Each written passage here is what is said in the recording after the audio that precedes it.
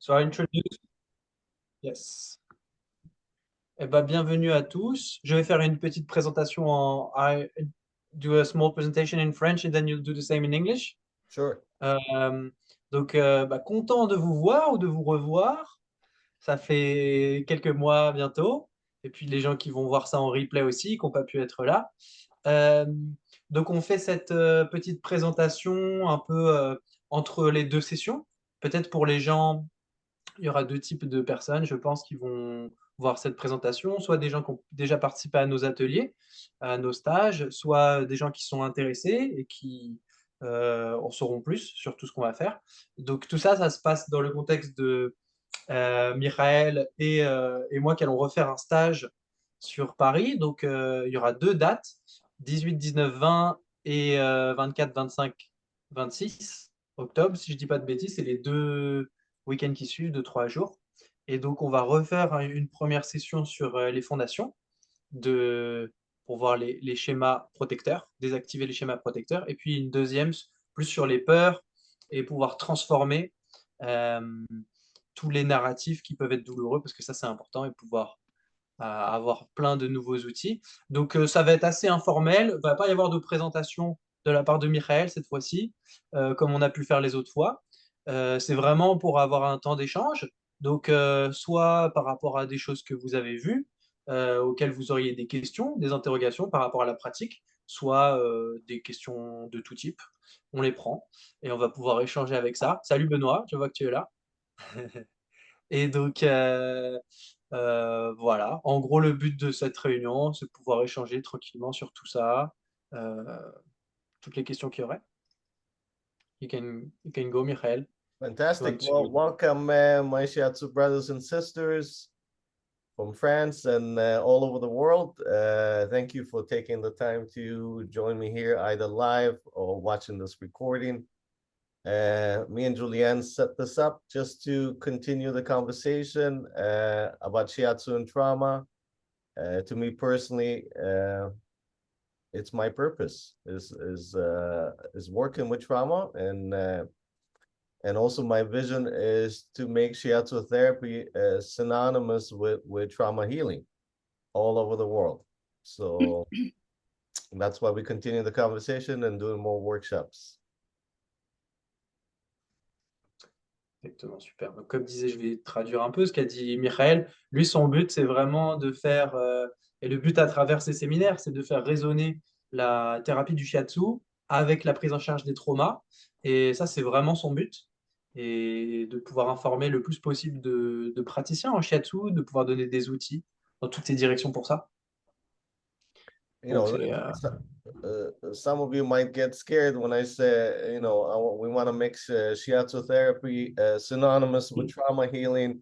It reminds me of the days when I opened my center, and shiatsu therapy was at the top, and it was all about trauma in the body. And my colleagues and other therapists, they said, "Well, what is shiatsu therapy, and how does it, work with trauma? And who do you think you are? You're not even a psychologist." Et ça peut faire peur, bien sûr, quand on dit qu'on veut lier la thérapie du shiatsu avec les traumas. Et ça lui rappelle les jours, Michael, où il a ouvert sa clinique interdisciplinaire et où il a mis shiatsu en haut de toutes les autres disciplines. Et on lui répondait, mais comment tu peux prétendre pouvoir t'occuper des traumas? T'es même pas psychologue.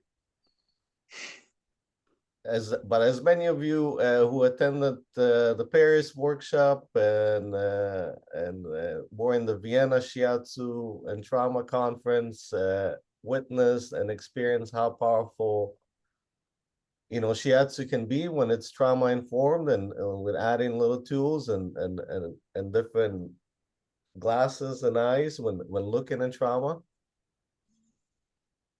Mais comme la plupart d'entre vous ont assisté aussi et ont pu l'expérimenter, ou avec la pratique, là, les mois qui passent, de pratiquer dans vos cabinets, les outils qu'on a pu vous donner, soit à Paris, soit à Vienne aussi. Il y a nos amis peut-être qui sont, qui étaient à Vienne.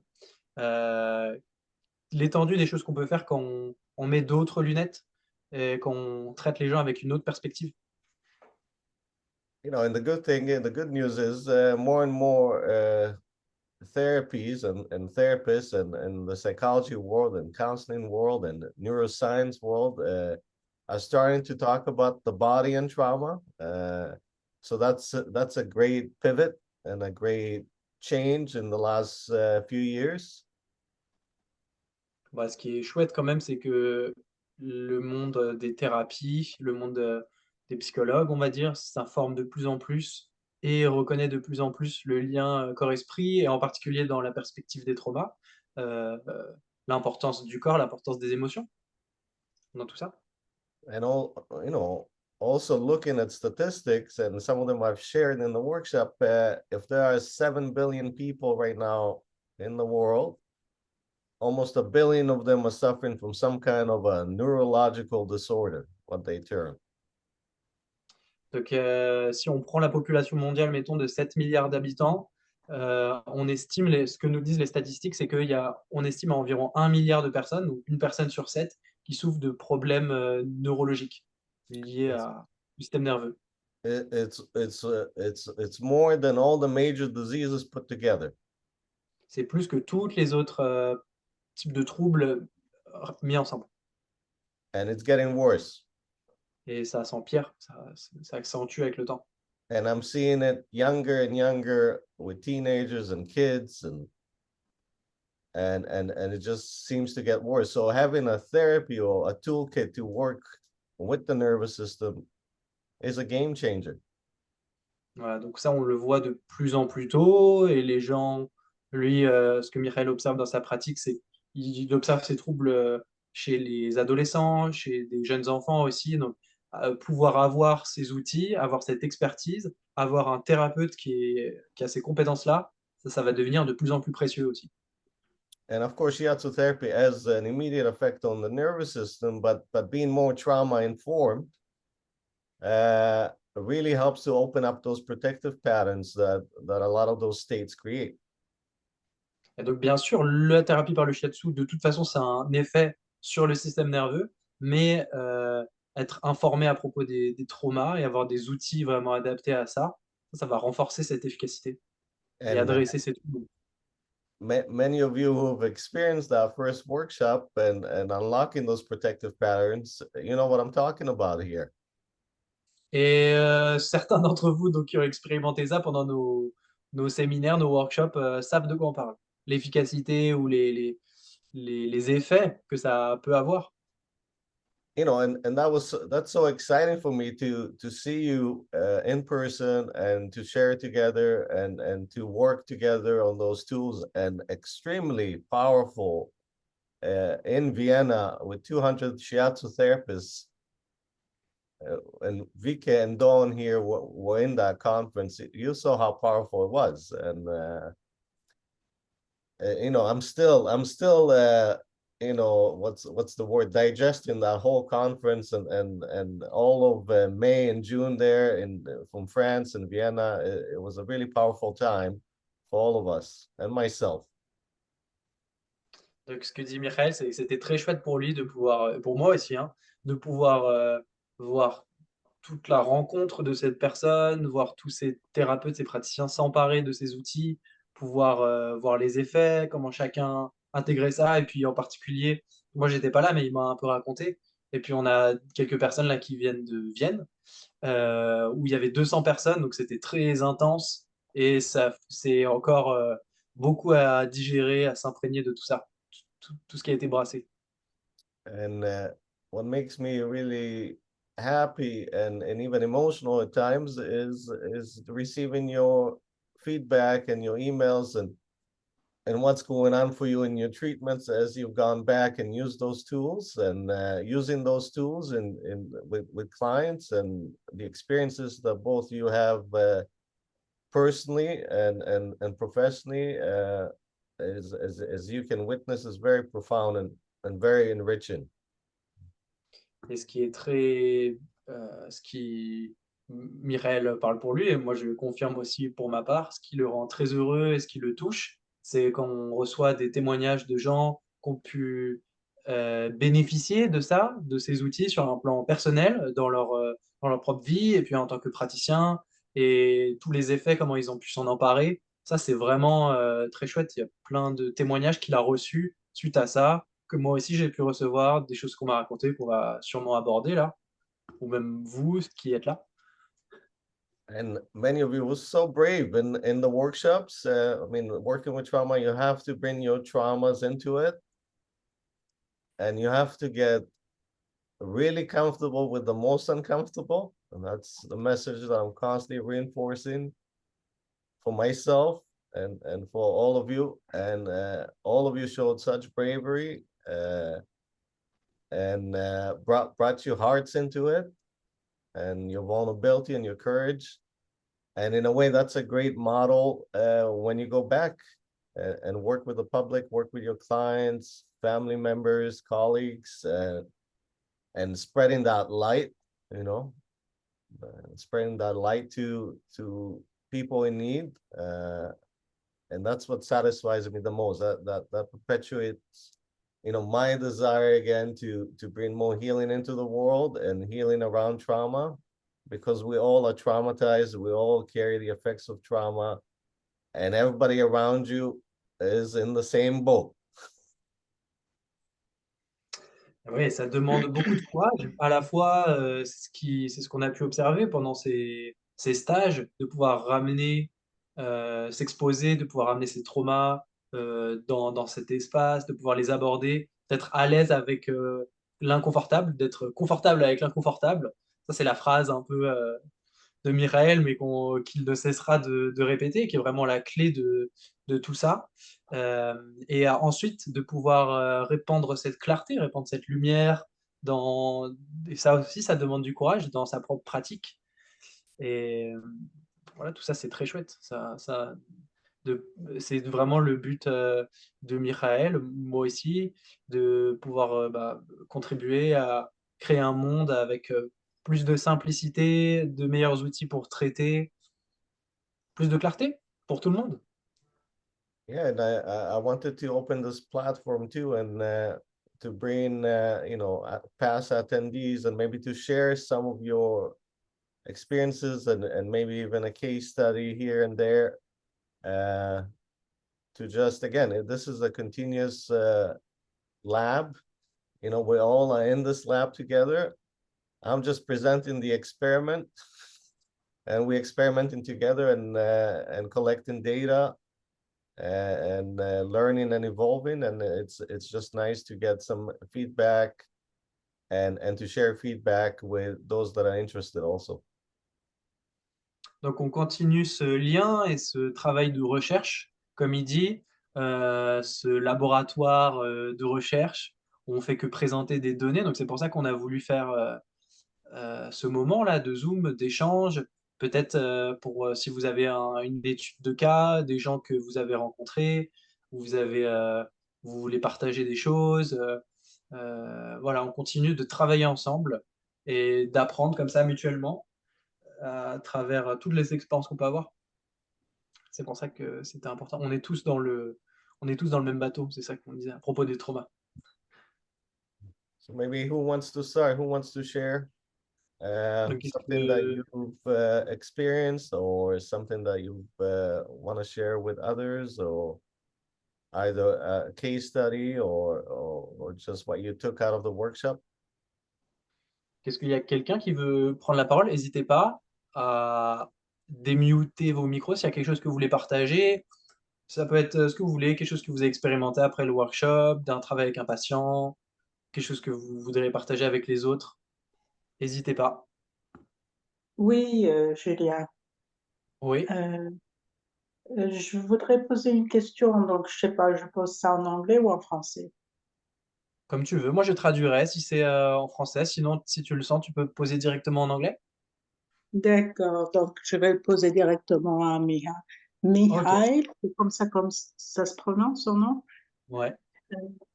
Oui, well, I'd like to ask you a direct question if you don't mind, my I help. love direct questions. Yes. Yes, please. When did you really became conscious about the possibility for you to use shiatsu to work on the trauma? Hmm. Was Well, it like that it was just a natural thing that was happening, working with Shiatsu, or was it an experiment or just an idea you got? very good question. You want to translate that question, Julian?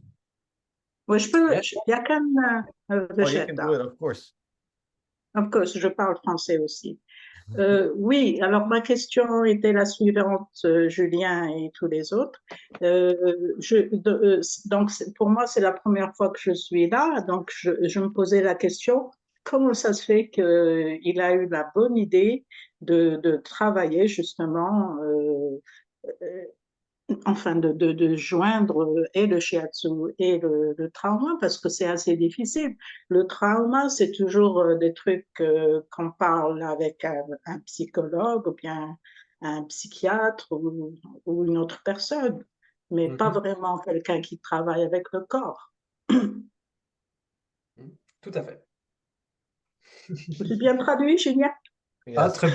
très bien, même mieux que ce que j'aurais pu faire. Ben oui, parce que ça me trottait dans la tête, alors je voulais savoir. Et comme je suis là, je débarque pour la première fois, alors je me posais la question, quoi. Faut commencer par le début. Tu as tout à fait raison.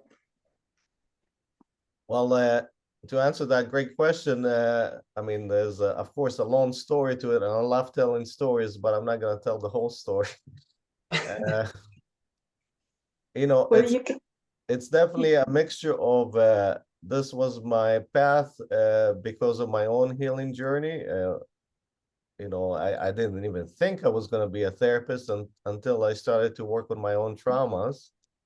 And as I climb, I call when you climb your mountain of pain, you can see the reasons to the why it happened to me, why I had to go through it, you know, why me? And then you can also see into the future and see a clear path in front of you. So when I climbed that mountain of mine, I saw that the future for me was to help others that were going through the same thing. So that's when I chose to be a therapist. Now, with that being said, at 25 years old, 26 years old, when I discovered Shiatsu, I didn't think I was gonna work with trauma. When I came out, I wanted to work with sports injuries. You know, I was an athlete, and I was gonna use Shiatsu for golfers and Shiatsu for soccer players, but destiny, which is a big part of why I'm doing what I'm doing right now, destiny or my destiny sent me always and right away people that were going through really difficult traumatic events. And for the first 10 years, I thought it was just me. So for the first 10 years of my practice, it's like, you know, when you belong to a gang and the gang doesn't want you to leave. So I felt like the gang of trauma didn't want me to leave the path of working with trauma. So I felt, in a way, for my first 10 years, haunted by working with trauma, and sometimes feeling like I want to give up, and this is not the way I want to go. And maybe I should work with movie stars, and maybe I should go to work in a hotel or a spa. But I was always dragged, in a way, by destiny to work with trauma until I embraced it when I looked at statistics. When I looked at statistics and saw, wow, everybody around me, women and men, even in a safe place like Canada, is experiencing traumatic events. And the thing is, nobody's talking about it. So this is where I felt a mission, you know, like a tap on my shoulder and saying, well, you should put a megaphone on it and talk constantly about trauma. And I embraced it, and went from there. And you know, part of Shiatsu therapy is also intuition development. And as a highly sensitive young man, you know, in those first 10 years, I had many experiences that, beyond the shadow of a doubt, showed me that trauma was at the root of problems. So it took me 10 years to really embrace it and put a shingle and proclaim that this is the work that I want to do and build a center around it and work strictly with trauma. Thank you very much, Michael, for answering. The other question is like, did you have like to do courses about it? Did you have like to learn more about trauma before working with Shiatsu? Did you have like to become a traumatologist or something like that? Well, I read a lot of books about it because again, but there was nobody out there that was a manual therapist who worked specifically with trauma. So everything that I had to learn, I really had to learn through trial and error. And actually who taught me a lot were my clients and also the team of therapists that I worked with, because there were naturopaths that I worked with, there were acupuncturists that I worked with, osteopaths, nutritionists, hypnotherapists. So I learned about working with trauma from every therapy perspective, because part of my job was to manage cases and to manage the team, and so I learned a lot from my colleagues. It's like 10 years of education from different modalities of working with trauma, because when you work with trauma, especially with a team, it's very intense, it's very close, and I really recommend all Shiatsu therapists to find teams like that and to learn. This is how you learn a lot about working with something as complex as trauma, because trauma affects every layer of the body and every layer of the person's psyche, their relationships, their career, the way they show up in the world. So yes, but yeah, it is very much as well a personal definition. I mean, if we go around and ask people, they would tell you maybe that they would say a different definition of trauma. It's like very, as you said, it's very personal. yes. I'm just gonna translate a little bit here. Sure. Le mot traumatisme ou trauma, la plupart du temps, c'est en français, enfin, comment je l'ai ressenti, c'est un accident, ou bien c'est une blessure, ou, because like when we use the word trauma, then it's like an accident, something happened in your life, and then you're traumatized, or you hurt, or you got a concussion in your head. So yeah, but there's all kinds of traumas, and not all of them are accidents. Yeah, I know. But then again, if you're going to work with the things that happen in your life as a child or as an adult, then it's a trauma as well. Donc, si on travaille avec des choses des expériences traumatisantes, c'est aussi des blessures affectives, psychologiques aussi. If I may, I will just translate a little bit in French what everything Michael said, for even for the replay people that speak French, maybe, or for the people who are here. Donc, ce que disait, donc la question, c'était un peu sur le parcours de Michael. Donc, il y a des vidéos, ici, il y a toute une histoire qu'il pourrait raconter, qu'on raconte pendant les stages un peu plus détaillés sur comment lui, il a été amené à travailler sur ça. Mais en gros, ça a été en particulier à travailler sur lui. Michael, il a été assez tôt et assez vite porté vers le shiatsu, et c'est des événements de sa vie qui l'ont amené à ça, un peu comme nous tous, les hasards, on va dire, des tribulations de chacun. Et donc c'est comme il disait là, en gravissant sa montagne de douleur, que petit à petit, en regardant derrière, il y a des choses qui se défont, et on se rend compte de toutes les choses qui ont pu nous emprisonner ou qui peuvent nous mener. Et donc, lui, après, en tant que jeune praticien de shiatsu, bien sûr, il n'a jamais pensé travailler dans ce genre de domaine. Lui, il voulait pensait plus travailler avec des sportifs, travailler dans des spas, des choses comme ça, des choses un peu normales. Mais c'est vraiment les patients qu'il a eus qui l'ont ramené sans cesse à ça. Là aussi, il y a plein d'histoires à raconter, assez intéressantes, qui l'ont ramené à ça. Il y a des patients très particuliers. Et donc, ça a pris, tout ça, ça a été sur une période de 10 ans, avec des expériences assez intenses, assez fortes. Donc, il s'est beaucoup renseigné. Il y a des périodes, on va dire, de déni. Il ne voulait pas forcément ça. Puis ça la ramenait, à chaque fois, il ramenait à ça. Jusqu'au moment où, lui, le point de déclic, pour lui, ça a été au moment où il s'est rendu compte des statistiques, on va dire des faits sur les traumas au Canada, qui pensait être un pays safe, entre guillemets. Et donc, il s'est rendu compte que ça touchait beaucoup, beaucoup de gens. C'était une épidémie, on va dire, en particulier au Canada, qui était un pays qui menait la barque en termes de personnes touchées par des traumas. Donc là, il s'est vraiment consacré. Ensuite, la deuxième question, c'était comment il s'est un peu formé par rapport à ça. Bah, il s'est un peu auto-formé en quelque sorte. Il s'est beaucoup renseigné.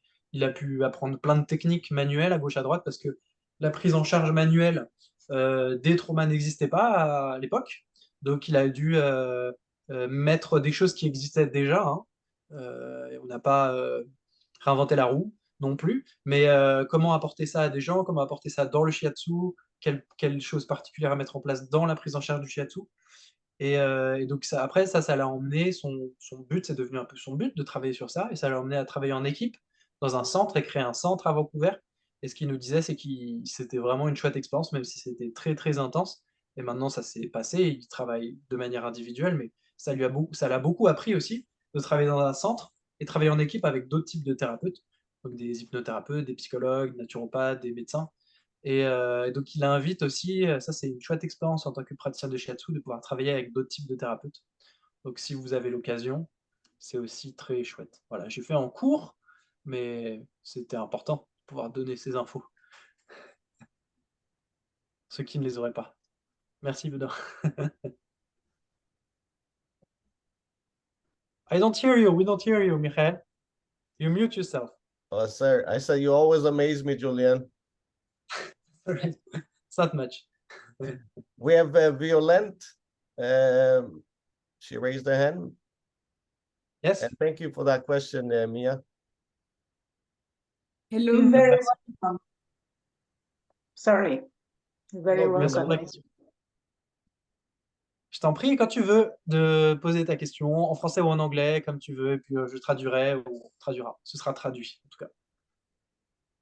Yeah, hello, Michael. Hello, everybody. It's nice to see you again, and to say that I didn't have the opportunity to follow and be in one of your workshops, but I'm sure the opportunity will come soon. So I'm a relative young practitioner, so I'm sorry if my question is vague or will not not very precise, but I thought that I take this opportunity to ask if to you, Michael, or to everybody else, if you guys found some pattern, because like in my brief experience, let's say, I found that, for example, one time I had this person that she had a physical trauma, or at least she came for the physical trauma. So she was a professional runner, and then she got in an accident, and basically I found that her gallbladder, meridian, and liver, then they were very compromised, and they're so kind of, I don't know if compromise is like the right word, so please forgive me, but she actually had like a huge twist, and it was interesting to see this twist and how much she held on, and it was quite debilitating for her, because then she was almost caught in having it to stretch it. So this was a person actually that had quite of an awareness of her body. And so in that case, I found that, at least as a first impact, that trauma manifested more in these meridians. But then another time I had a chance to work with someone that had chronic pain. And then eventually I found that there was a pivot point instead, like working on the heart and small intestine, when then some sort of memories came out from the body from when she was a child. And honestly, I can't even remember the memory in that moment, because I was so into working with the meridian, but she say, and then she had this huge release, and it was almost if something after that she decided that she could actually be free from that pain. And honestly, I don't know what happened. I don't feel I did anything particular, or but that was I suppose that is a different type of trauma, no? Or like, yeah. And I also have other, like take notes, other example. But it wasn't. The question is, like there are some pattern. Or it depends from the trauma. It depends from like if the trauma is first physical and then or emotional, or like how it manifests, because obviously touching the body, I can feel the complexity of the layers, no, but I don't have an answer like it's all. So I'm curious to know your experience. Thank you. Thank you for sharing. Maybe Julian, you can translate the question. Yes, thank you. Donc la question portait un peu, il y avait deux types d'exemples que la personne, je vois plus son nom, je me souviens plus de son nom, a donné. Il y avait, ça portait plus, donc la première personne, ça portait sur les traumas physiques. Il y a eu un accident, j'ai l'impression de ce que j'ai compris, et il y avait une grande partie de son corps qui était impactée. Le praticien, j'imagine, de Shiatsu, sentait à chaque fois c'était lié à des méridiens qui semblaient être perturbés, qui semblaient être touchés. Donc là, la vésicule biliaire et le foie, qui vraiment elle était atteinte dans son corps, la personne, et il y avait vraiment une grande incapacité du corps. Ensuite, l'autre situation qu'elle décrivait, c'était une personne qui était atteinte de douleurs chroniques un peu constantes. Et donc pendant la séance, le praticien trouvait des points qui résonnaient ou qui avaient un fort effet donc sur le cœur et l'intestin grêle. Et quand elle a pu travailler ces points, ou un point en particulier, il y a des souvenirs du patient qui sont revenus, des souvenirs de son enfance. Et il y a eu comme vraiment, comme ce qui s'est passé pendant la séance, il y a eu vraiment un phénomène de libération qui s'en est allé. Et l'impression, c'était que ce phénomène, il s'est produit quand la personne, elle a décidé de laisser aller sa douleur ou le souvenir qui était douloureux. Donc, bah, c'est très intéressant. Ça fait le lien avec nos deux séminaires, surtout le deuxième, là, laisser aller un narratif douloureux. Et donc, la question, c'était un peu euh, comment c'est, est-ce qu'il y a des traumas physiques, des traumas émotionnels, un peu comment faire sens de tout ça, quoi. J'ai l'impression, en tout cas. Well, that's a great question. You know, in the first workshop, you know, when we work with the protective layers, I am actually not concerned about what the hard diagnosis tells me. Dans le And premier séminaire, quand on travaille sur les couches protectrices, Michael, il fait pas attention à, par exemple, le diagnostic de Hara. Quel méridien, quelles zones sont touchées, vide ou plein. Il fait pas attention à ça, dans un premier temps, en tout cas. all I'm concerned about is, you know, unlocking those protective patterns that are there for all of us, and they show up in the same ways and in the same patterns. Tout ce dont il se préoccupe dans le premier temps, c'est de débloquer, de désarmer, désactiver ces mécanismes de protection qui sont là pour chacun d'entre nous et qui se présentent avec des variantes, bien sûr, mais de la même façon pour chacun d'entre nous. And oftentimes what I found over the years that if I did the hard diagnosis, it was not always accurate. What was more accurate, once those protective mechanisms were opened up, you will get a more accurate that picture or diagnosis in the HARA. So for the first 2 sessions, I don't even do any HARA diagnosis. De ce qu'il s'est rendu compte, c'est que le fait de débloquer, de déverrouiller ces mécanismes pendant 1, 2 séances, après, ça donnait une lecture beaucoup plus précise, beaucoup plus juste, par exemple, du hara. Qu'est-ce qui se présentait en plein, en vide, etc. And what we diagnose in the first, you know, stage of working with somebody's trauma is the conflict in the heart. Et ce qui se présente et ce qui obstrue, c'est d'avoir une vision claire, ou ce qui rend le fait que ce soit brouillé, ce diagnostic du hara, c'est qu'il y a un conflit dans le cœur, au sein du cœur, avec Shen, on pourrait dire. Because I would say it's what's at the heart of the matter. You know, what's the bottom line here? What's the bottom line of the conflict that we experience it and therefore manifesting in the hara, in the body, in the nervous system, in their life? There's always at the bottom of it some sort of a conflict that could be there from the time that they were born, or could have happened because of what happened to them when they were kids and how they adapted. But there's always a conflict, and where it resides is always in the heart. Parce qu'au bout du compte, le cœur du problème, c'est le cas de le dire, c'est qu'il y a un conflit qui est là. Un conflit, donc on disait, on va dire dans la poitrine, au sens littéral comme figuré. Et ce conflit, cette tension entre plusieurs choses, elle peut être là à la naissance, elle peut être là dans l'enfance, elle peut être là parce qu'il y a des choses qui sont arrivées à la personne, parce que son environnement, pour une myriade de choses, mais il y a un conflit qui est là, de commencer par ça, d'adresser, de toucher ce conflit, de l'observer en tant que praticien, ça c'est vraiment essentiel, s'en préoccuper. And this is where development of our own intuitive abilities and sensing abilities and palpation abilities is so vital, because not only for seeing and feeling the conflict, but also, and as some of the therapists here experience in the workshop, undoing the protective layers. And the way it's done with tremendous sensitivity, and also very much in a very easy way. Easy, what I mean is that the changes and the releases that occur in the body are done in a simplistic, easy way, in a way that even surprises the client, because usually the type of treatments or work that they do is so strenuous and hard. You know, and when you get them to participate with you and be present with what you're doing, as opposed to them having a passive experience, you start to build trust, and you start to build an alliance, and hence the releases are that much easier.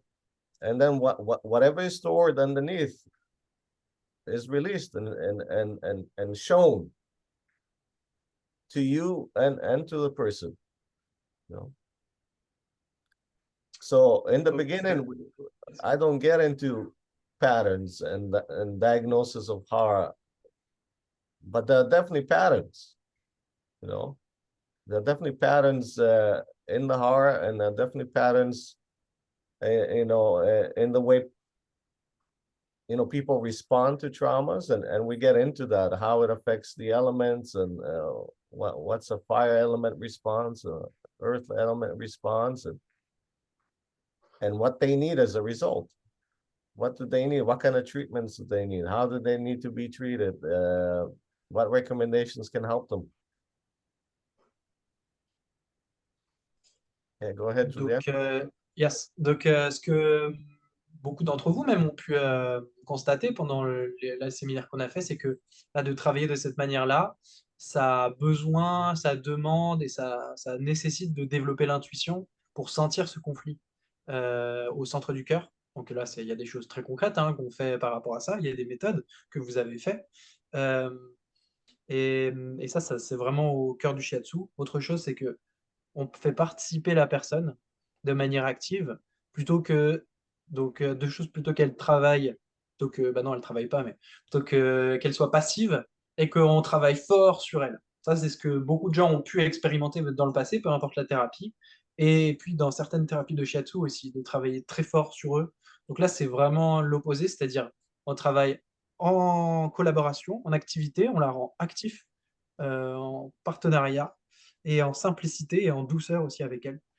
Et donc, ça fait quoi? Ça fait que ça décuple les probabilités, les chances pour qu'il y ait un phénomène de libération qui se produise, qui soit fort, parce qu'on crée, on manifeste la confiance avec la personne. Quand la personne, elle peut voir que ça va être doux, ça va bien se passer, bah, il y a beaucoup de choses qui peuvent se passer. Donc c'est pour ça qu'ils ne rentrent pas dans des schémas de 5 éléments, type 5 éléments par exemple, ou de méridiens, comme peut y avoir dans Masutanga avec le diagnostic du hara, même si en effet il y a des schémas de réaction avec les 5 éléments, ça c'est intéressant aussi de s'y pencher. Pourquoi? Pour voir quel type de réponse on peut donner aux gens. Mais ça, c'est une autre approche, on va dire, ou dans un deuxième temps, qui surplombe un peu ça, ou qui peut informer. Mais déjà, il y a des choses un peu essentielles à faire, qui sont, bah, comme on l'a dit, désarmer ces mécanismes de protection. C'est And un peu I par would catégorie.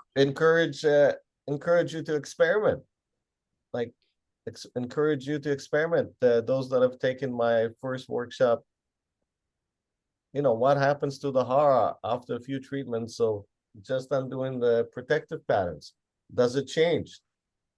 Sometimes it won't change, but sometimes it definitely changes. Donc après, il nous encourage à expérimenter, à constater par nous-mêmes, ceux et celles qui ont pu avoir ces outils après quelques séances. Est-ce que, par exemple, si vous prenez le hara, est-ce que ça change ou pas? Des fois, ça change pas trop, des fois, ça change beaucoup, c'est clair. Donc à voir, vous, c'est quoi dans votre pratique? Qu'est-ce que vous avez pu constater? Et sur quel type de personnes aussi? Ça, c'est intéressant. Because we build so much of our personality to protect ourselves. Parce Right? qu'on construit tellement de notre personnalité pour se protéger, ces mécanismes de protection justement dont on parle depuis tout à l'heure. But if in a couple of sessions you take away that need for that shield to be there so strongly, will it change the hara? Et si déjà, en quelques séances, on enlève ce besoin de protection, si on enlève ce bouclier, eh ben, qu'adviendra-t-il du hara? Par exemple, si on parle du hara. And what would be the difference between if you are checking the hara when somebody's in a vigilant state, the eyes open, they come to you on alert, and then you reset the vagus nerve, would it change the hara?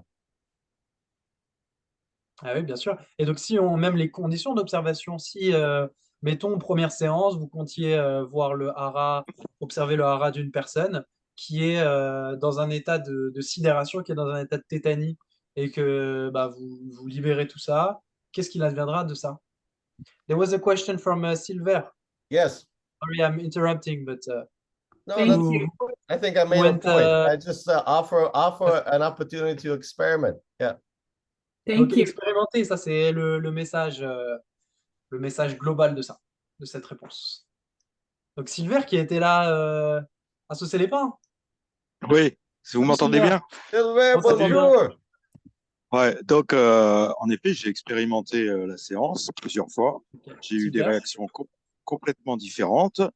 La question que je me posais, c'est est-ce qu'il faut la réexpérimenter plusieurs fois en fait sur les personnes? Et j'ai eu des réactions très intéressantes. Où 2 fois, j'ai eu des patients qui, au bout de 3 semaines à peu près, ouais, ça a mis au moins 3 semaines, ont fait des crises. Elle est là, par contre, ce qui est intéressant, c'est que c'était sur des méridiens. Un sur le méridien de la vésicule biliaire et un autre sur le méridien de l'intestin grêle. Ouais, sur les trajets, tu veux dire? Sur les trajets de Ouais, méridien? sur les trajets, voilà, sur les trajets des méridiens, quoi. Et ça a fait un peu comme il nous expliquait, ces petites boules de poison qui se libèrent, quoi. Hein. Mais là où j'ai été étonné, c'est que ça a mis 3 semaines. Ok. Voilà. Et après, j'ai eu d'autres patients pour qui ça a été très libérateur, quoi. Et sans avoir besoin de discuter. Ou en fait, moi, parce que comme c'est des patients que j'ai d'habitude, ce que je leur expliquais, c'est les images vont venir, les choses vont venir à vous. Si vous voulez en parler, vous en parlez. Si vous voulez pas, vous n'en parlez pas. Et en tout cas, plein de choses vont venir, quoi. Et en effet, ils n'ont pas voulu m'en parler, en règle générale. Mais ils m'ont tous dit, oui, des images sont revenues.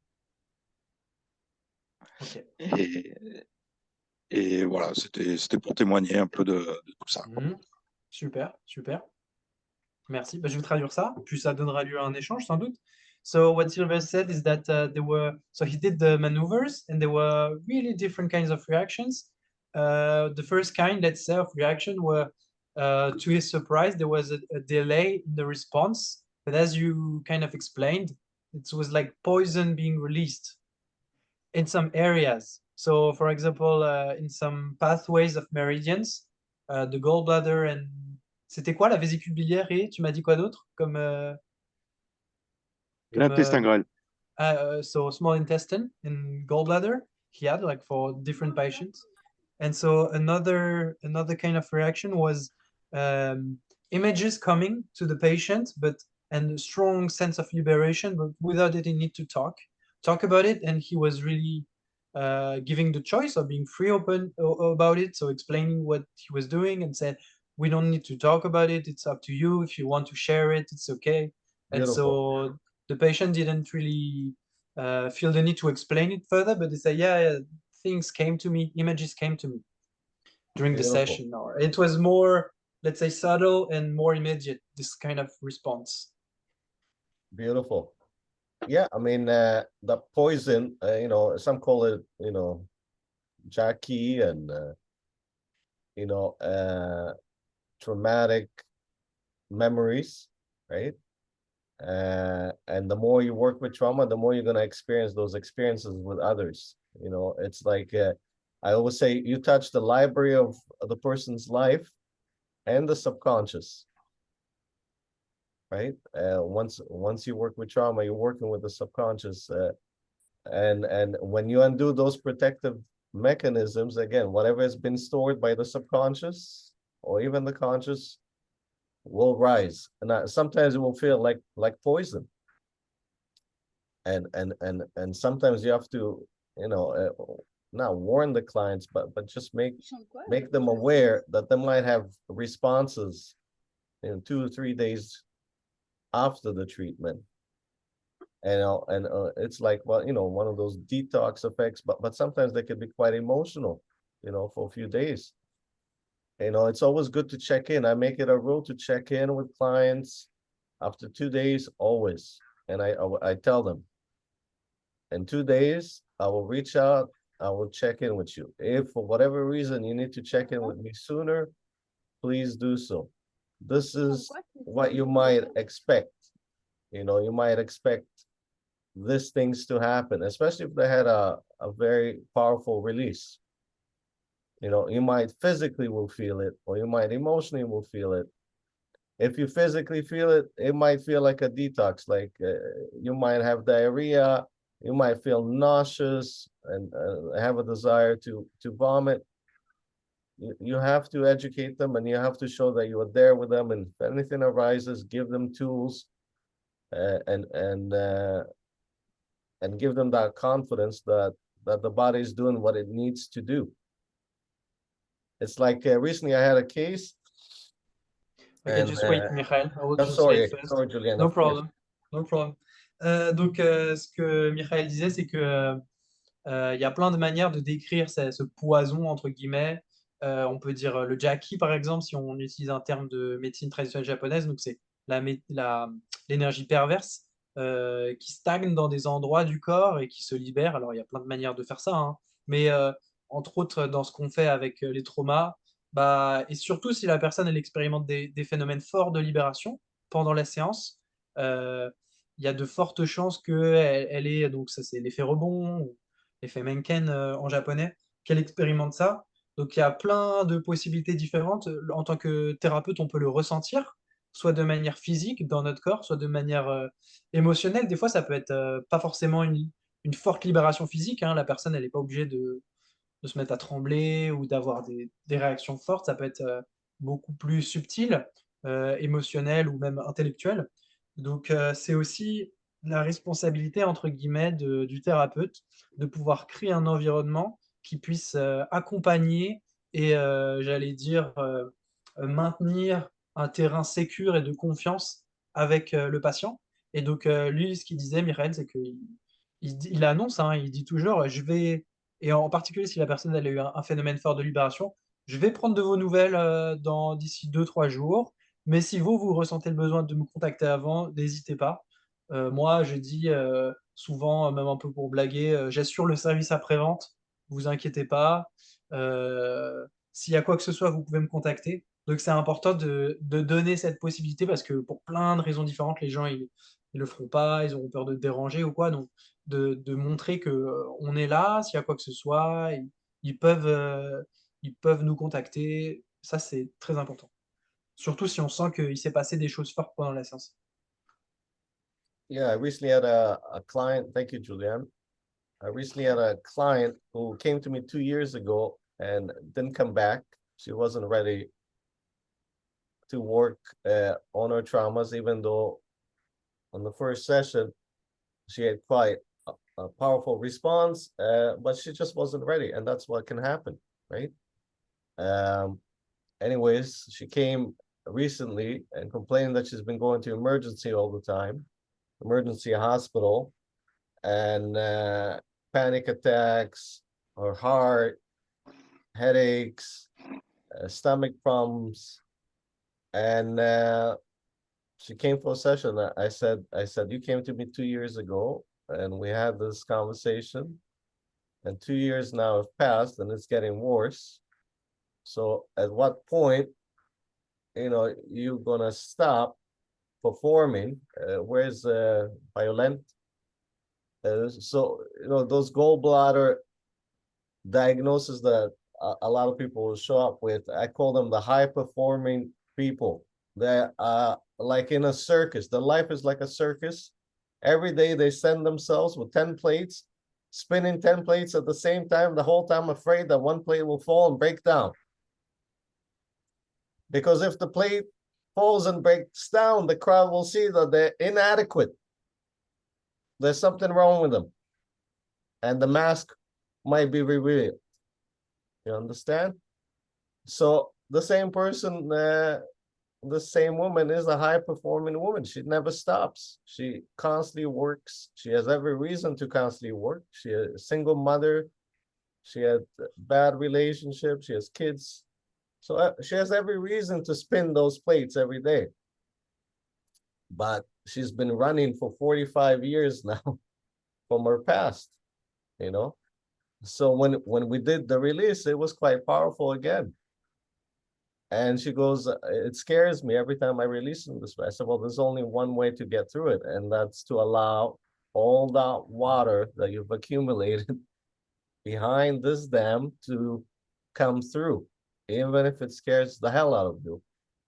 Because when you come to the other side, there'll be change. So she cried for 3 days, nonstop, from the time that she wake up to the time that she go to bed. But after 3 days, even though she was scared to come back for another session, all her symptoms went away, right? And she stopped going to emergencies. So sometimes those protective patterns are so entrenched, that we build such a facade. Eventually, we can be brought to our knees, and it's quite scary. That's a breaking point. And as a therapist, you really have to hold that space for them and give them the confidence when you can explain clearly why it's happening. Because when they experience those symptoms and they go to emergency, and there they do all the testing and nothing is really showing up, and all they can do is medicate them, it's quite scary because they keep on re-experiencing the symptoms, and it's not going away, and nobody can make sense. But Michael, in fact, I recently had this girl that she came and she couldn't move the neck at all. And she was like, she went to emergency many times and they didn't find anything. Yes. And then like she arrived and she had like the neck thing. She couldn't even do it. Yeah. And then, but then I work on, I don't have the skills to do what you do with like, to prepare that anyway. So, but then I was working on the foot, on the liver, and then somehow I asked him, she said something about the father, and then it came out that the father just took her life. And when I touched like liver 3, because she started like crying like crazy, and she basically cried all the time. But then when she went out, and she could move the neck. That's right. And I was not. And you were? I was not. I was like, okay. Oh, you were not. Also, Yeah, you know, yes. yeah, I also felt it so much, almost like, okay, am I going to hold this space? Exactly. You know? Because if it's that it's so much, and it's like it's then Yes. the person able. Am I going to be like? How do you know that then he's going to be safe? You know, like you say, the person Of course. can cry for 3 days, but am I going to? So how much you push that, or how much? No, as a practitioner, how do you know that? How do you? I don't know. I don't know. I understand your concern, and it's very natural and can be scary to be present with very strong releases, you know, and when those releases were happening when I started my practice, you know, that's why I said I was running away from working with trauma for about 10 years until I embraced you know, it can be quite scary, and that's why I always emphasize you gotta do also your own work. You gotta work with your own discomfort. You know, you gotta be in a way trigger proof. You know, and your clients will show you what you need to work on. So hold in space. You know, obviously her body was ready to release it, right? And that's why she shared what she shared with you. And you have to trust that the timing is the way it should be. And you don't have to do anything about it just by being, you know, compassionate, present, and strong and brave yourself. You have to be brave yourself, just like she's brave by releasing all of this. Je vais traduire. I'm going to translate, Michael. Donc, il y avait plusieurs choses. Bye bye, pour ceux qui s'en vont. Il y avait plusieurs choses. Il a partagé l'histoire d'une patiente qui est venue le consulter il y a 2 ans et qui est plus revenue ensuite. Elle a dû faire une séance, 1 ou 2 séances, il n'a pas précisé. Et elle est revenue il y a peu de temps et il y avait rien qui allait. En gros, elle est partie aux urgences, elle avait des problèmes de cœur, elle avait des douleurs, tous les voyants étaient au rouge en gros. Et il lui a dit, ça fait 45 ans que vous courez comme ça, jusqu'à quand vous allez continuer à, à être une entertainer, une performatrice comme ça, de cette façon-là. Et il prenait l'exemple du cirque avec des clowns, de gens qui tiennent en équilibre 10 assiettes en même temps et avec toute une foule et qui font très attention à maintenir les 10 assiettes et surtout à pas en faire tomber une parce que sinon ça détruit toute leur crédibilité et leur masque tombe. Donc il y a beaucoup de gens comme ça qui sont dans la performance et dans l'inquiétude par rapport à ce qu'il peut faire. Et là, il faisait le lien avec, par exemple, la vésicule biliaire, là dont on parlait tout à l'heure, dans l'exemple qui était donné. Et donc, suite à la séance qu'il lui a fait, pendant 3 jours, elle a pleuré non-stop. Et après, tous ses symptômes ont disparu. Donc, euh, voilà, c'est l'exemple de qu'est-ce qu'on peut éviter, qu'est-ce qu'on peut mettre de côté et se confronter à tout ça, bah, c'est douloureux par essence, c'est pas facile et ça demande beaucoup de courage. Et ça, c'était l'exemple que donnait donc Violette, qui a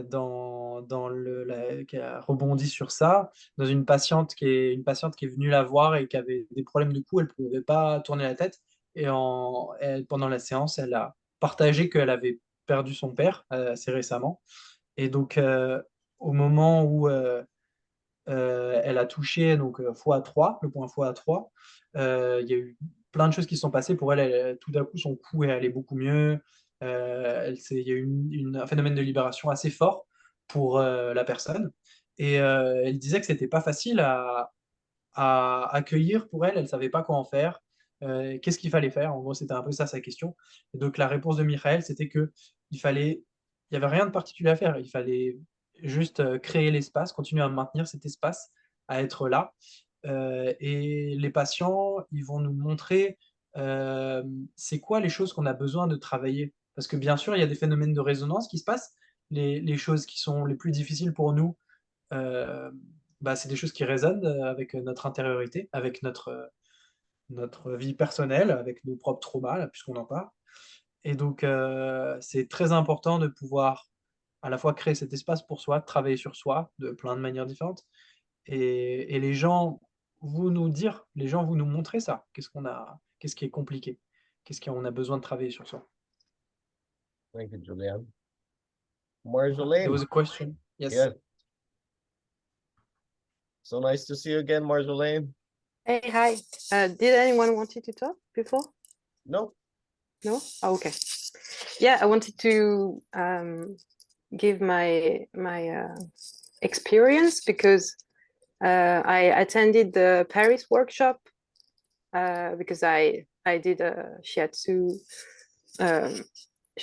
for 4 years. I was trained in Paris, but I actually recognize myself pretty much in the trauma patterns, and I could really it was really powerful for me because just like you said, the fact that you, Michael, you really embody these qualities that you named, that the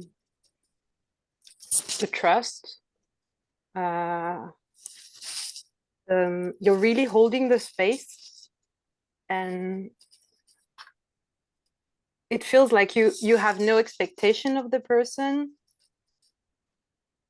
It feels really grounded and very open. I don't know. It felt like a very parenting presence to me, even though we worked in a like 2x2 person. I didn't work directly with you, but still you were leading the whole workshop, and I could feel your energy holding the space. And that made a big difference for me, plus the maneuvers that we worked with. But I can really feel since that workshop that there is a new space within me, within myself. I can almost like give it, it's almost like a space, physical space within myself, where there is this very grounded energy. And this is pretty impressive because I know it's the beginning of the working with all of these trauma patterns, but since when I have like some panic or overthinking or whatever, I can go back to this space, and this is very new for me. And this is something very powerful. And I want to work more with that, but somehow I haven't found so many people, even in therapy, really holding that space the way you do it. So I'm really grateful for your work, but also like you're too far, you're too far from my place. So well, I'm coming back. Really, yes. So I'm gonna I was say there it in in French. May. Now it's June, July, August. I'm there soon. Come back, because I'm like really eager like to go further, and like yes, I want to dive into my fears, but I still need someone to hold that space for me. And what I was also super, I don't know, I think it was a very happy experiment as well, because you not pushing and offering like with the first exercise, this kind of offering the meeting in between and explaining to the other person, like leaving them feel, okay, this is your space, and involving them in the process. This is so creative for the person. And I think this is such a joyful experience to go through therapy, but being like really feel that you are giving the tools. And I can, in that way, I can feel your trust. Like I can feel that you're trusting me, you're trusting my strength when sometimes I'm not even ready to trust myself. I can feel your trust, and it's really giving power. I think this is amazing. But for me, like you have the techniques, of course, but like as you said, really embodying that as a therapist for someone makes a huge difference. So I'm going to say it quickly in French, but j'ai assisté au workshop à Paris en mai, et moi je me suis reconnue dans les schémas de traumatisme. Voilà, j'ai un système nerveux très réactif, et ce qui a été très puissant pour moi, c'est par sa présence, Michael, j'ai senti qu'il incarnait quelque chose de très ancré, très ouvert, et plein de confiance. Et du coup, son regard, le fait qu'il ait confiance qu'on va être capable de traverser, ça donne un pouvoir, je trouve, énorme en tant que patient. Et oui, depuis le workshop, j'ai vraiment senti que ça avait créé un espace en moi quasiment physique, de l'ordre physique, dans lequel un espace auquel je pouvais me relier moi, qui est un espace très ancré de sécurité, que je mettrais au niveau peut-être de mon plexus. Et quand il m'arrive encore de traverser des moments des phases de confusion, de panique et tout ça, ces vagues-là sont encore présentes, mais j'ai comme un endroit auquel me relier qui incarne cette confiance et cet ancrage. Et il y a, c'est certes toutes les manœuvres qu'on apprend techniques, mais pour moi, la posture vraiment du thérapeute, elle est primordiale. Et le fait d'avoir cet ancrage en soi en tant que thérapeute, et en même temps de faire sentir à l'autre, par l'exercice des limites et tout ce qui en découle, que l'autre a son espace, et de faire sentir à l'autre qu'on lui fait confiance pour trouver ses forces, c'est super empouvoirant en tant que patient, de voir que quelqu'un nous fait confiance pour cheminer. Et c'est créatif et c'est joyeux aussi qu'on nous donne les outils pour cheminer plutôt que de se laisser faire, comme il dit, en posture passive. Voilà. It's feedback like this that I'm getting regularly that really makes me, happy and emotional at the same time. So thank you for that.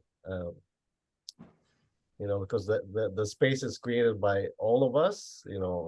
Yes, I'm teaching, facilitating, but it's really all of us creating the space and connecting to each other and connecting to our ancestry too. We are not alone doing this work. This is the illusion that we're alone. We're all alone. This is just me. And no, we always have help and support, and we always receive. And as I work with groups and I work with people, I always connect, to the ancestry too. Just like we talked about in Paris workshop in Vienna. That's really a key, and that's something that I'm going to emphasize in the second workshop too. And we're going to work more consciously with that, and with ancestral trauma and our own ancestors, and also resolving the cords of trauma that we have with people in our lives. Dealing with fears, which are always there, and working with Jackie more consciously, or Jackie, traumatic energy, giving you the tools to find it, giving you the tools to know where it is, and giving you the techniques to release them. And when you work with Jackie, not only working with trauma, but you're also working with disease, the causation of disease, the causation of chronic pain. You'll be able to see and witness how years of pain can be shed in a session, just working with Jackie. And I'm really excited to share those tools with you in the upcoming workshop. But I encourage you to develop that space that Marjolaine is speaking to, those that came to my workshops. It's a space that you can cultivate and come back to, like you said, especially when you're going through a difficult session, you have a difficult, complex client, that could be even triggering you, and you just come back to that space, and it gives you that grounded energy again, and you create that container.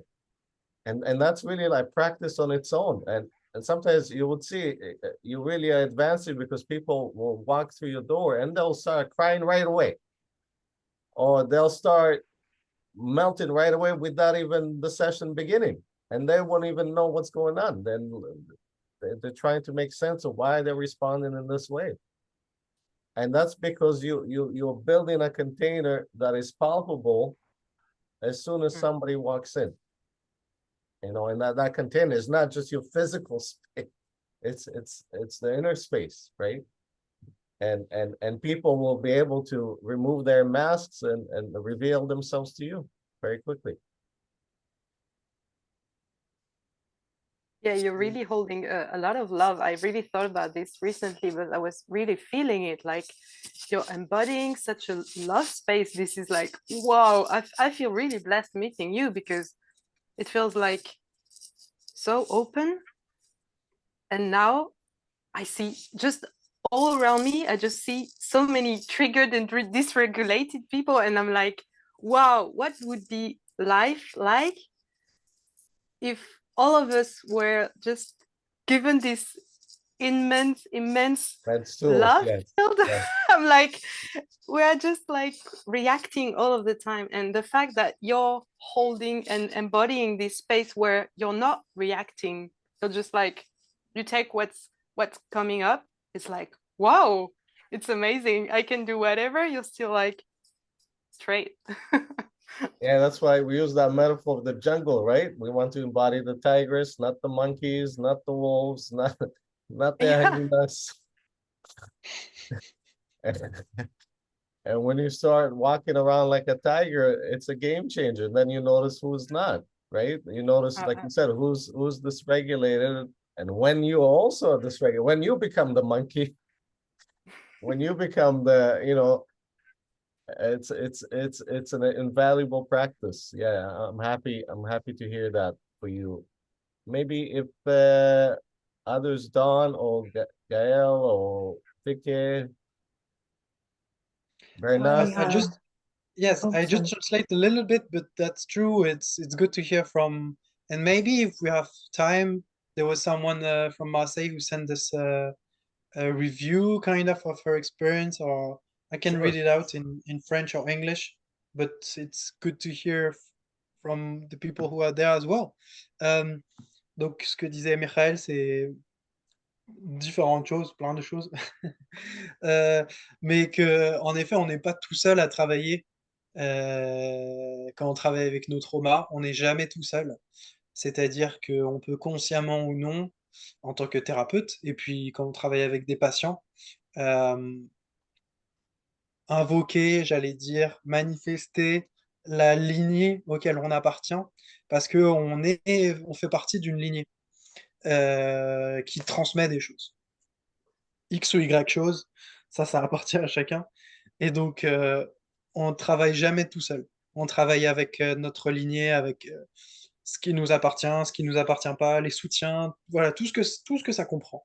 Donc, de pouvoir manifester ça, de pouvoir en être conscient, de pouvoir incarner ça de manière la plus ouverte possible, de pouvoir en retirer un pouvoir, on va dire, ça, c'est très puissant. Et bah, c'est ce qui s'est passé. Là, entre autres, c'est ce qui participe à créer cet espace de manière consciente. Donc, ensuite, ce qu'il voulait partager, c'est que là, l'espace dont parlait Marjolaine, qu'elle a partagé, ça c'est quelque chose qu'on peut entretenir dans notre cabinet, auquel on peut revenir. Et voilà, les gens, les patients, au bout d'un moment, quand nous-mêmes on passe un cap intérieur, entre guillemets, on passe un cap, les gens ils vont le sentir et dès qu'ils passent le seuil de notre cabinet, il y a quelque chose qui va se passer. Positivement comme négativement, hein. Il peut y avoir tout type de réaction, ça va faire réagir. Et donc, de pouvoir revenir dans cet espace, ça c'est vraiment essentiel. Et en gros, voilà, quelque chose d'important. Hi, Michal. Hi, Dawn. Hi. Hi, thanks for this meeting. So nice to see everybody. Thanks for sharing. Just want to say thanks so much for the workshop when I was in Vienna with Vika. I've come away with that kind of, you brought a clarity, you know, I think you brought a clarity and a heart, you know, compassion and that really strong heart sense and a huge amount of safety in the space. And I think the treatments are really, they really go to the heart of the matter. And I'm really using a lot of that heart work with the arms. That is really palpable. And that's all I want to say is that clarity as well, especially with the safety. I think that's extremely important and just so grateful, yeah, for the guidance. You know, what you showed us. Thank you, Dawn. It's And how was it valuable. to be in a space with 200 shiatsu therapists working on each other in trauma? That's an experience, oh my God, that everybody needs to experience. There was such a deep sense of love I feel in that space. Really, really. So grateful. Yeah, thank you. Amazing. I hope to see you in London. Yes, I hope to see you too.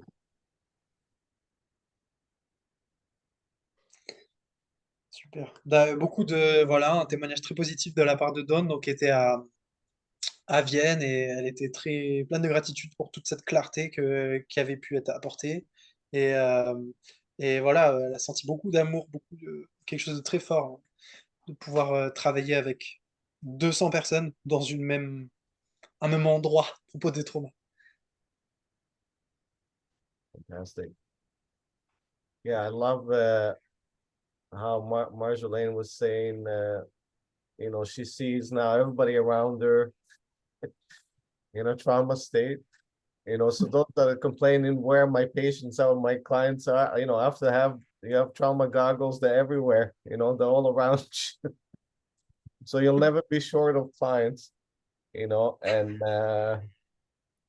you know, it's bringing that light into a much needed world that is going through continuous trauma right now. And like the more of us that can work with it consciously, and the more we can bring light into the world. And this is where you know, I'm really gung-ho about making Shiatsu a household name and again synonymous with trauma healing. And I think we can all embrace that, you know, because it's a powerful therapy that we have, and with some additional tools, it's an incredible therapy to work with trauma. If I can add, like seeing everyone being so dysregulated, even without like working properly on Shiatsu with them, it just brings me so much compassion, and I think it already have some effect because I stop judging them, and I just think, okay, there is so much suffering, and it just brings me also a lot of compassion and love for others, like Yes. and hope for the future. Yes. Thank you. Beautiful. Anybody else maybe has feedback or question? Maybe time for one more or two more. N'hésitez pas, on a le temps pour un ou deux si quelqu'un a des retours ou des questions. Vicky, you want to say something? Go ahead.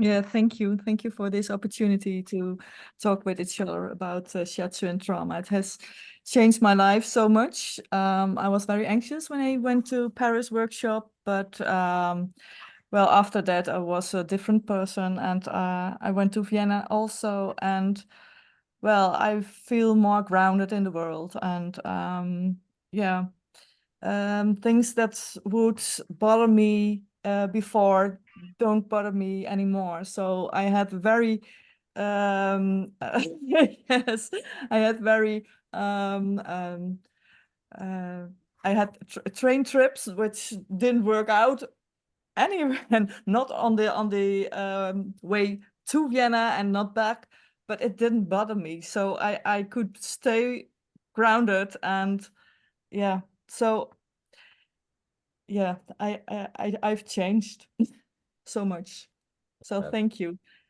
Thank you for being brave. That's great. Super. Et ben, un magnifique partage, témoignage là, de Vike qui me disait qu'elle était très anxieuse à propos de venir à Paris. Et donc, elle a assisté à Paris et à Vienne et ça a changé sa vie, ça l'a transformée. Et il y a des choses qui l'a fait plus du tout réagir, elle se sent beaucoup plus ancrée. Il y a eu des voyages, des vols qui ont été annulés. Aucun souci, ça l'a pas du tout fait réagir.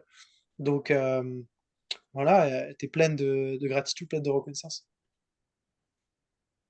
Fantastic. Maybe one more? Une autre personne, peut-être? Un retour, une question, des difficultés? Yes, Oh, Mia, good. I'm sorry if I need to ask you one more question. No, you're The very thing- direct. It's good. Yes, I am. The thing is my question, as I'm an old shiatsu therapist, I'm 63 this year. Oh, God bless you. So started in 83 with shiatsu. Does it mean, Michael, that there is a possibility for us to have this curriculum in our studies, I mean, we have the main courses in shiatsu, which are international, the international shiatsu school, but to be practitioner, you have to do certain things. But I'm just like thinking, this is wonderful that we can maybe use your knowledge and experience and expertise. Yeah, I mean, or is it still going to be something that it's going to be sidewise? That was my question. I hope you understand. I understand fully. Yeah, I mean, I wish that was the case, that when a shiatsu therapist goes into a program, that trauma is a section that can be taught early on, because the earlier you start to acknowledge trauma and the earlier you're given the tools to work with it, it could be a game changer. Just Dawn was in my 3 hour, it was just 3 hours, Dawn, right? 3.5 hours. How much you can learn in 3.5 hours? A lot, right? And you can take that and it can change your practice. It can enrich your practice, and you don't need to spend a lot of time when you study in shiatsu, but having a section devoted just to trauma and having tools around it, wow, it can be a game changer for a young therapist or any therapist that wants to consciously work with it. Because the way we found shiatsu anyways is through our own healing journeys, most of us. Well, our teachers back at that time, they used to tell us that don't worry about it, because all the patient that will come to you, they will come to you because they can resonate with you. That means that like you must have been gone through this kind of experience. Otherwise, they wouldn't come to you. So they would just like tell us, take it easy. Yeah, I remember that. but yeah, I mean, I had. Yeah, go ahead. I had Saul Goldman, Ray Ridolfi, Neil, Alistair. I did my studies in London. Yes. But still, it's like you've given us. I mean, I'm very direct, as you know. You've given us a language. You've given us an alphabet that we intuitively worked with, but we couldn't pinpoint it, and that's why I'm very excited to talk to you today. Thank you. Yes. Thank you. I mean, it changed, the world has changed a lot in the last, 25 years since I've become a therapist. And trauma is very much in the forefront of consciousness. So people are looking around, searching, and going to the jungles of Brazil, or the mountains of Peru, or to the gurus in India, and they're looking for healing, where a shiatsu therapist who is trauma informed could be just around the corner, right beside them in a coffee shop or in the elevator, right? And we could be out there, and really feeling a need that people are consciously, more than ever in history, consciously are looking for trauma healing, to heal their traumas, or not forget even healing the traumas, but to tools. They want the tools to walk this life and experience the inevitable, and the inevitable is always trauma. There's always some kind of a trauma waiting around the corner. Nobody is exempt.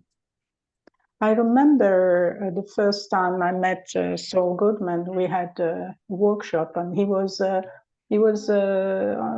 the verge of writing his book, and I have been like crying in that workshop. And he just didn't know what to do with me. He was like asking me, "Are you hungry?" And I was like thinking to myself, he doesn't get it, does he? So it is important, because somehow you are giving us a language.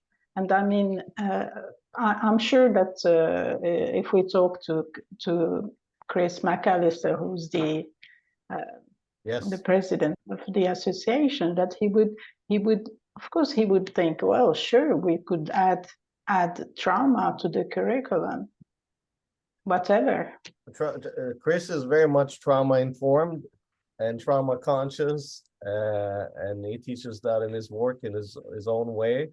There's a few teachers out there. The group in Vienna and the Shiatsu Hara Institute have worked with trauma for many years now, and it's very impressive, the work that they've done. There's groups in Israel that have worked with trauma, and particularly with kids.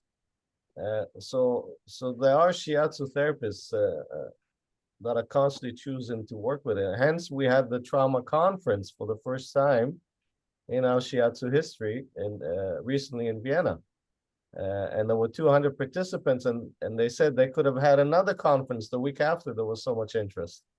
So obviously the interest is there. Shiatsu therapists want to learn those tools so they can bring them into their lives and into their practices and into their communities.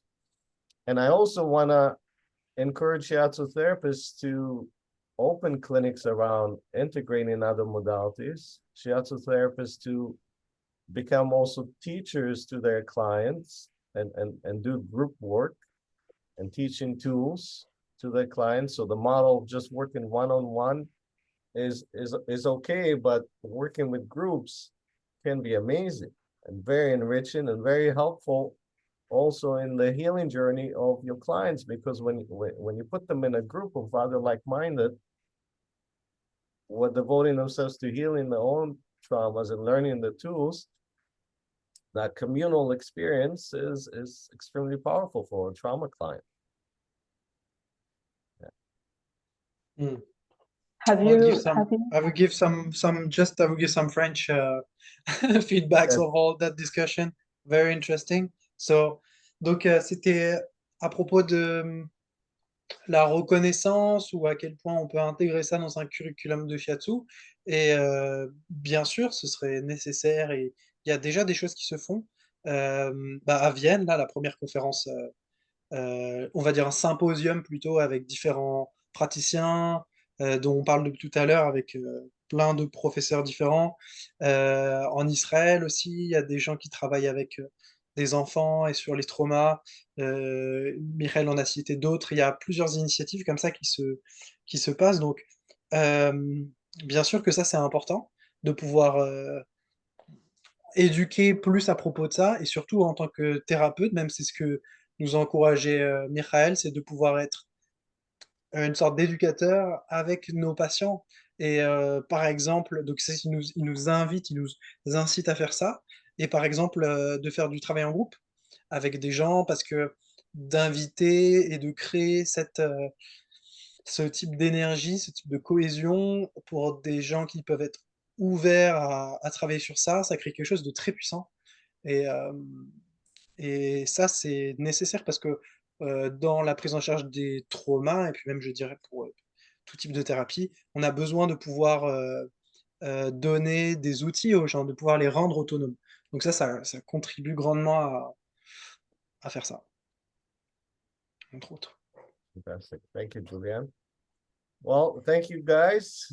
Thank you, Shiatsu brothers and sisters. Thank you for giving me your time and for joining us here and contributing to the conversation and to the interests that we all share here and many Shiatsu therapists are sharing all over the world, and that is to be consciously working with Shiatsu and trauma and joining my mission in making Shiatsu therapy synonymous with trauma healing. So when people say, what is a great therapy that I can use to help my body release the trauma? I want people to say, well, Shiatsu therapy.